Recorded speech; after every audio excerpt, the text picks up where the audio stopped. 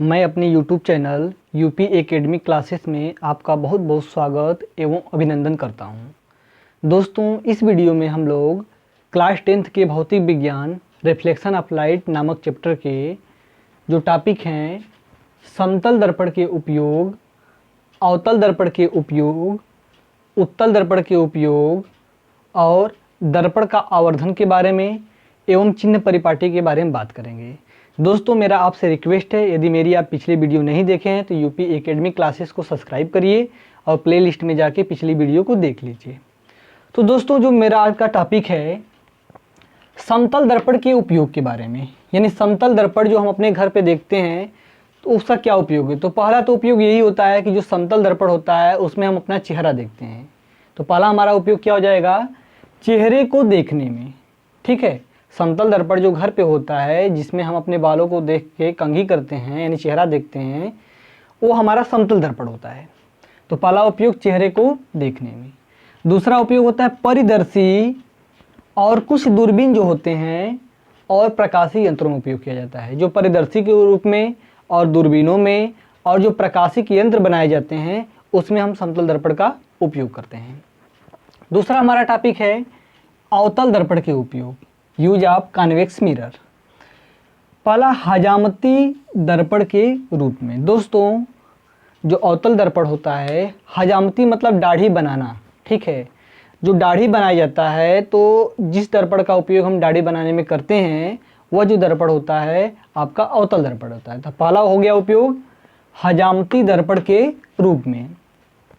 दूसरा जो हमारा उपयोग है सर्च लाइट, जो रात में पुलिस गश्त पे निकलते हैं तो जो सर्च लाइट ले रहते हैं उस सर्च लाइट में भी इसका उपयोग किया जाता है। मोटर कार के हेडलाइट, जो रोड पे मोटर कार होते हैं जो उसका हेडलाइट होता है आगे का, उसमें परावर्तक के रूप में हम अवतल दर्पण का उपयोग करते हैं। तो हमारा उपयोग क्या क्या हो गया, पहला हजामती दर्पण के रूप में, दूसरा सर्च लाइट और मोटर कार के हेडलाइट में परावर्तक के रूप में। नेक्स्ट है जो हमारा डॉक्टरों द्वारा, जो डॉक्टर होते हैं डॉक्टरों द्वारा जो आंतरिक भाग होता है हमारे शरीर का, जैसे गला हुआ, नाक हुआ, जो कान हुआ, यानी कान के अंदर, गले के अंदर, नाक के अंदर की जो भाग होते हैं उसकी जांच करने के लिए जो हम दर्पण उपयोग करते हैं वहाँ पे, वो कौन सा होता है आपका, अवतल दर्पण होता है।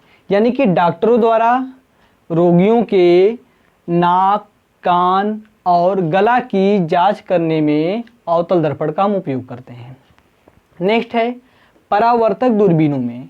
दोस्तों, परावर्तक अभी हमने नाम लिया है, जो परावर्तक दूरबीन होती हैं उसमें भी हम अवतल दर्पण का उपयोग करते हैं। जो हमारा पांचवा है सोलर कुकर, जो सोलर कुकर होते हैं यानी सोलर प्लेट से चलते हैं या सूर्य के प्रकाश से उसमें हम उपयोग करते हैं उसको, जो सोलर कुकर होता है उसमें भी हम किसका उपयोग करते हैं, अवतल दर्पण का। तो ये हमारा टॉपिक था अवतल दर्पण के उपयोग। अब हम चलते हैं उत्तल दर्पण के उपयोग, जो हमारा नेक्स्ट टॉपिक है। तो मोटर गाड़ियों में साइड मिरर के रूप में आप देखते हैं, जैसे बाइक है, बाइक के दोनों तरफ साइड मिरर होता है। ठीक है, वह इसलिए होता है कि जो हमारे पीछे बाइक आ रही है या कोई भी वस्तु आ रही है तो वो हमें चीज़ें उसमें दिखाई देती है। वह क्या करता है कि दूर के वस्तुओं को ऐसा हमको दिखाता है कि वह नज़दीक लगता है कि हमारे वह नज़दीक ही है, और हम क्या होता है अलर्ट हो जाते हैं, सावधान हो जाते हैं और सही पोजीशन में हो जाते हैं।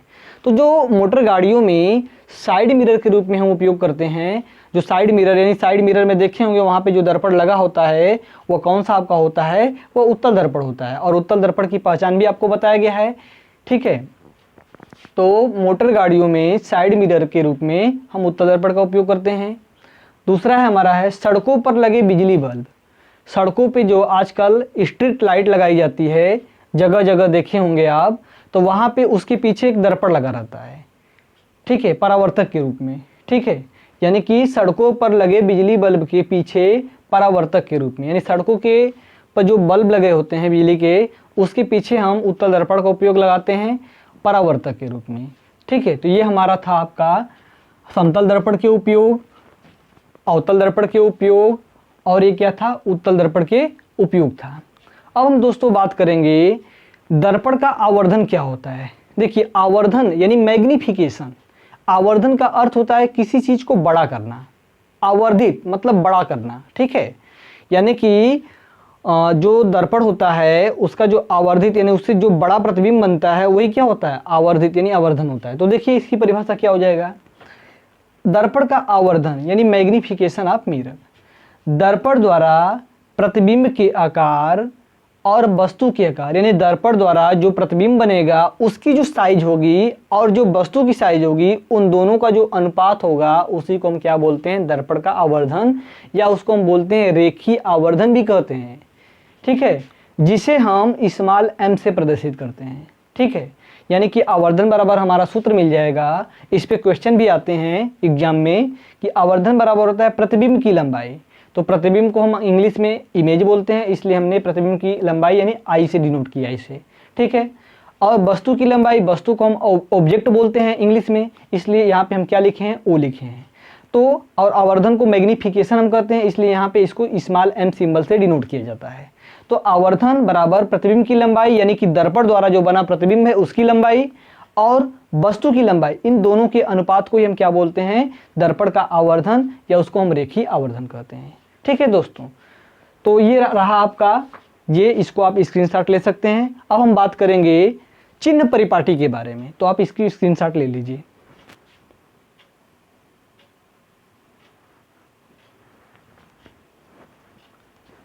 दोस्तों ये रहा आपके स्क्रीन पर दर्पण से दूरियां मापने के लिए चिन्हों का नियम। दोस्तों अक्सर प्रायः क्या होता है कि दर्पण के परावर्तन के चैप्टर का जो आंकिक प्रश्न होता है, न्यूमेरिकल क्वेश्चन होते हैं, उसको करने में यानी दर्पण से वस्तु कितनी दूर रखी गई है, दर्पण से जो वस्तु का प्रतिबिंब है वो कहाँ पे बना है, मुख्य फोकस क्या है, इन सब की जो दूरी हम निकल लेते हैं यानी कि UVF, यानी कि वस्तु को दूरी को हम U से लिखते हैं, प्रतिबिंब की दूरी को हम V से लिखते हैं स्मॉल, और फोकस दूरी को स्मॉल v से लिखते हैं। तो जब इनका हम दूरी निकालते हैं, सभी दूरियां हम P से नापते हैं, तो उस समय हमको ये प्राय कन्फ्यूजन स्टूडेंटों को होता है कि कहाँ पे माइनस रहेगा कहाँ पे प्लस रहेगा। तो इसके लिए जो होता है यानी कि दर्पण से जो दूरियां मापने के लिए चिन्हों का नियम होता है, उसका हम डिस्कशन करेंगे। तो देखिए ये जो दर्पण का ध्रुव है, पहली बात आप ये नोटिस कर लीजिए कि जितनी भी दूरी नापेंगे, चाहे हम वस्तु यहाँ पे रखें वस्तु की दूरी मापें, चाहे जो प्रतिबिंब बना है प्रतिबिंब की दूरी मापें, चाहे फोकस दूरी मापें, सबको हम दर्पण के मध्य बिंदु यानी P से यानी कि ध्रुव से मापते हैं। ठीक है, ये है आपका दर्पण। ठीक है, ये y एक्सिस है, ये x एक्सिस है। ठीक है, यहाँ पे P है और यहाँ पे हमने वस्तु रखा है। ठीक है, ये हमारा क्या है, वस्तु है। ठीक है, अब हमको ये ध्यान रखना है कि आपतित प्रकाश की दिशा, वस्तु को हमेशा हम बाईं ओर रखेंगे। कहाँ रखेंगे, बाईं ओर। तो बाईं ओर से प्रकाश जब ऐसे जाएगा तो क्या हो जाएगा, आपतित प्रकाश की दिशा। तो आपतित प्रकाश की दिशा में जो भी दूरी मापेंगे वो क्या होगी, धनात्मक। ठीक है, यानी कि वस्तु हमेशा बाईं ओर यानी इस साइड रहेगी, यानी यहाँ पे जैसे ये मान लेते हैं वस्तु है, तो वस्तु से हमेशा जो प्रकाश किरण इस दिशा में जाएगी तो उसको हम क्या बोलेंगे, आपतित प्रकाश की दिशा। ठीक है, तो आपतित प्रकाश की दिशा में जो दूरी होगी वो क्या होगी, आपका धनात्मक होगी। ठीक है, अब ये हमारा जो दिशा हो गया यहाँ से, यानी कि जैसे मान लीजिए यहाँ पे कोई प्रतिबिंब बना है चाहे जो भी है। ठीक है, अब यहाँ से हम इधर की ओर चलेंगे। ठीक है, यानी कि जब हम ये P से हम इधर की ओर जा रहे हैं यानी अपोजिट यानी आपतित प्रकाश की विपरीत दिशा में, तो जो भी हमारा होगा, वस्तु होगा चाहे प्रतिबिंब होगा, वस्तु तो ऑलरेडी इधर ही होता है, प्रतिबिंब होगा चाहे फोकस दूरी होगी वो क्या होगी, ऋणात्मक होगी। ठीक है, वस्तु तो हमेशा यहाँ पे है, जैसे मान लेते हैं वस्तु बाईं ओर, तो यहाँ P से हम वस्तु की दूरी इधर आएंगे तो ये हमारी आपतित प्रकाश की दिशा हो गई, विपरीत दिशा हो गई। तो वस्तु की दूरी हमेशा चाहे उत्तल दर्पण हो चाहे अवतल दर्पण हो हमेशा निगेटिव रहेगी, इस बात को आप याद रखिएगा, चाहे कॉन्वेक्स हो चाहे कॉनकेव हो। ठीक है, बात रही प्रतिबिंब की दूरी और फोकस दूरी कब धनात्मक होती है कब ऋणात्मक होती है। तो जब मान लीजिए कि फोकस दूरी इधर है तो जब हम P से जब इधर चलेंगे तो ये हमारी क्या हो जाएगी, आपतित प्रकाश की विपरीत दिशा, तो हमारी उस समय फोकस दूरी क्या हो जाएगी, ऋणात्मक। मान लीजिए प्रतिबिंब इस साइड बना है, तो जब हम आपतित प्रकाश की इधर चलेंगे यानी कि विपरीत आपतित प्रकाश की विपरीत दिशा में, यानी कि जो ए एरो है आपको बनाया गया ये इधर की ओर, यानी P से आप इधर बढ़ेंगे तो जो भी रहेगा F रहेगा चाहे V रहेगा, उसकी जो दूरी रहेगी उसको हम निगेटिव लेंगे। अब जैसे मान लीजिए प्रतिबिंब इस साइड बना, दर्पण के पीछे बन गया इधर। ठीक है, तो ये कोई भी दूरी हम कहाँ से नापते हैं, P से नापते हैं। तो यहाँ से चलेंगे, जब यहाँ पे आएंगे, जैसे मान लेते हैं यहाँ पे हमारा कोई वस्तु है, सॉरी इमेज बना है, तो जब हम इधर से ऐसे चलेंगे तो ये आपतित प्रकाश की दिशा होगी, जैसा कि यहाँ पे बना है, तो इसकी दूरी क्या हो जाएगी, धनात्मक। ठीक है, यानी कि हमारे कहने का मतलब है आपतित प्रकाश की दिशा में यानी P से कोई दूरी नापेंगे। यहाँ पे आपका इमेज बना है तो P से हम यहाँ तक की दूरी हमारी प्रतिबिंब की दूरी हो जाएगी। यहाँ फोकस दूरी है तो P से लेकर यहाँ तक F की दूरी क्या हो जाएगी, फोकस दूरी हो जाएगी। ठीक है, ये सभी दूरियाँ, जैसे मान लीजिए यहाँ पे फोकस है तो ये दूरियाँ क्या हो जाएगी, धनात्मक। मान लीजिए यहाँ पे भी बना है तो ये भी दूरियाँ क्या हो जाएगी, धनात्मक, क्योंकि हम इधर की चल रहे हैं यानी आपतित प्रकाश की दिशा में चल रहे हैं। ठीक है, अब नेक्स्ट बात ध्यान दीजिए, यहाँ पे वस्तु है, यदि हमको मान लीजिए वस्तु की लंबाई लेना है, क्योंकि आवर्धन हम निकालते हैं तो प्रतिबिंब की लंबाई बटा के वस्तु की लंबाई का अनुपात होता है, तो वहाँ पे वस्तु की लंबाई का चिन्ह लेना पड़ता है और प्रतिबिंब की लंबाई का। तो जब वस्तु मुख्य अक्ष के ऊपर हो यानी कि ऊपर की ओर जो हो, तब वस्तु की जो ऊंचाई होगी यानी लंबाई होगी वो क्या होगी, धनात्मक होगी। यदि वही वस्तु वह जो प्रतिबिंब है, प्रतिबिंब मान लीजिए नीचे बना है तो वो क्या हो जाएगा, निगेटिव हो जाएगा। यदि वही प्रतिबिंब इस साइड बना है, कहीं ऊपर बन जाएगा, तो हम क्या लेंगे, यानी कि धनात्मक। यानी कि जो वस्तु होता है या प्रतिबिंब होता है, यदि वह मुख्य अक्ष के ऊपर रखा है तो वस्तु की दूरी हमेशा लंबाई क्या होगी, धनात्मक होगी। और जो प्रतिबिंब है यदि वह भी मुख्य अक्ष के ऊपर बना है तो उसकी जो लंबाई होगी धनात्मक होगी। और यदि प्रतिबिंब क्या हो, मुख्य अक्ष के नीचे हो, तो उसकी जो लंबाई होगी क्या होगी, निगेटिव होगी। ठीक है, यानी कि हमारा 4 नियम मुख्य रूप से मिल रहा है कि आपतित यानी इधर, यानी P से आप इधर की ओर चलेंगे तो जो भी दूरी होगी धनात्मक होगी। P से आप इधर की ओर आएंगे यानी कि ये P से आप इधर आ रहे हैं तो आपतित प्रकाश की विपरीत दिशा हो जाएगी, तो सभी दूरी निगेटिव हो जाएगी। आप P से जब इधर जाएंगे आपतित प्रकाश की दिशा में तो सभी दूरी धनात्मक हो जाएगी। मुख्य अक्ष से ऊपर जाएंगे तो वस्तु की लंबाई क्या हो जाएगी, धनात्मक। मुख्य अक्ष से नीचे आएंगे, चाहे मुख्य अक्ष से ऊपर जाएंगे, तो मुख्य अक्ष के ऊपर जाएंगे तो प्रतिबिंब जो बनेगा तो वह उसकी लंबाई धनात्मक होगी, और मुख्य अक्ष से नीचे आएंगे जो प्रतिबिंब बनेगा उसकी लंबाई ऋणात्मक होगी। यानी इसको हम शार्ट में लिख सकते हैं, ये दर्पण की सभी दूरियां ध्रुव से मापी जाती है। यानी दर्पण में जितनी भी दूरियां मापेंगे यानी P से मापेंगे, चाहे P से इधर चलें चाहे इधर चलेंगे, लेकिन हमको यहीं से नापना होगा, मध्य बिंदु से।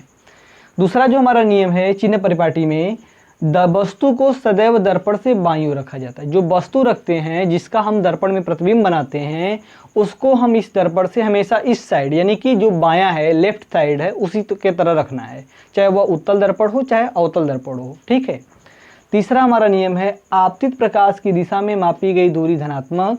यानी ये रहा आपका आपतित प्रकाश, यानी P से इधर की ओर जो चल रहे हैं ऐसे आपतित प्रकाश की दिशा में मापी गई दूरी धनात्मक। और आपतित प्रकाश की विपरीत दिशा यानी कि P से आप इधर आएंगे तो विपरीत दिशा हो गया, आपतित प्रकाश की विपरीत दिशा में मापी गई दूरी ऋणात्मक होती है। और जो हमारा लास्ट रूल है वह ये है कि मुख्य अक्ष से ऊपर की दिशा में मापी गई दूरी धनात्मक। जैसे ये मुख्य अक्ष से हम ऊपर की ओर जो नापेंगे वह दूरी धनात्मक, और नीचे की दिशा में यानी कि ये रहा नीचे की दिशा, नीचे की ओर ऊंचाई जो होगी वो क्या होगी, ऋणात्मक होगी। तो ये हमारे 4 नियम है चिन्ह परिपाटी से। आप जब भी न्यूमेरिकल यानी आंकिक प्रश्न करेंगे तो बिना इसकी सहायता से आप सवाल को सही नहीं लगा पाएंगे, क्योंकि माइनस प्लस में यदि अंतर हुआ तो पूरी सवाल आपकी गलत हो जाएगी। तो दोस्तों ये रहा हमारा आज का वीडियो, दर्पण की दूरियां मापने के लिए चिन्हों का नियम। दोस्तों ये मेरा वीडियो प्रकाश के परावर्तन पर लास्ट वीडियो हो। यदि आप ये पहली बार देख रहे हैं तो आपसे मेरा रिक्वेस्ट है कि आप यूपी एकेडमी क्लासेस को यूट्यूब पे जाके सब्सक्राइब करें और उसके प्लेलिस्ट में चेक करें, इससे पहले की सभी वीडियो क्रम वाइज देखें, ताकि सभी वीडियो एक सीक्वेंस में टॉपिक वाइज टॉपिक बढ़ते क्रम में अपलोड की गई है। आशा करते हैं कि आपको इस वीडियो से बहुत लाभ मिलेगा। दोस्तों यदि आपका कोई डाउट हो तो आप मुझसे टेलीग्राम पे जुड़ सकते हैं, यूपी एकेडमी क्लास को ज्वाइन करिए और अपना जो भी डाउट है आप फ़ोटो खींच के टेलीग्राम चैनल पे हमारे यूपी एकेडमी क्लास में सेंड कर दीजिए। मेरी टीम आपकी पूरी सहायता करेगी। दोस्तों धन्यवाद।